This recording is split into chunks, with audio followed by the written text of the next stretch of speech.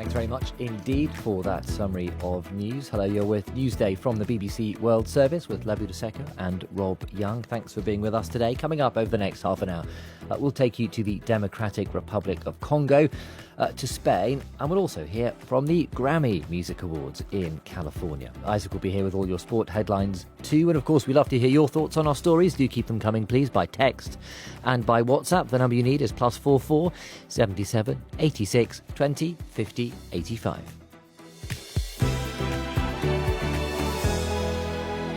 Let's head to Africa and the Democratic Republic of Congo. 400,000 people have fled their homes since M23 rebels, which Kinshasa accuses neighbour Rwanda of supporting, attacked and seized the city of Goma, the largest and wealthiest in the east of the country. Well, shops and markets in Goma have begun to reopen, but hospitals remain overwhelmed. Paul Ngier is a journalist who's part of the first BBC team to have gained access to Goma since the violence stopped. The border between Rwanda and the Congolese city of Goma is a hive of activity. Sniffer dogs and policemen check and search men and women.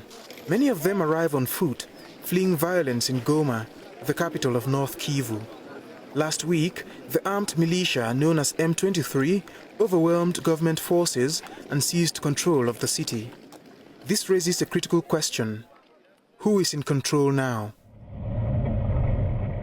So we've crossed the Rwanda-DRC border, and driving through Goma town, I noticed that a key police post is now controlled by the M23, as well as the office of the governor of North Kivu, and to them that suggests some form of control. Vans riddled with bullets stand in front of a filling station, which was destroyed in the brutal clashes. The UN says at least 700 people have been killed as fighting gripped Goma. At the local hospital, doctors struggle to treat the large number of injured. When we heard that M23 were coming to Goma, the hospital prepared contingency plans to receive patients. On the first day of fighting, we received 315 patients. There were children among them, and we treated them. We have received patients with gun wounds in the head, chest, stomach, hands and legs. Some were injured by flying objects caused by explosions. The patients receiving care describe the trauma they've endured over the past week. I was in my house when the shooting started. Suddenly, my hand felt cold and I realized I had been shot. My hand was short and I screamed for help, but they continued firing. Away from the emergency rooms, a new calm seems to have settled on Goma.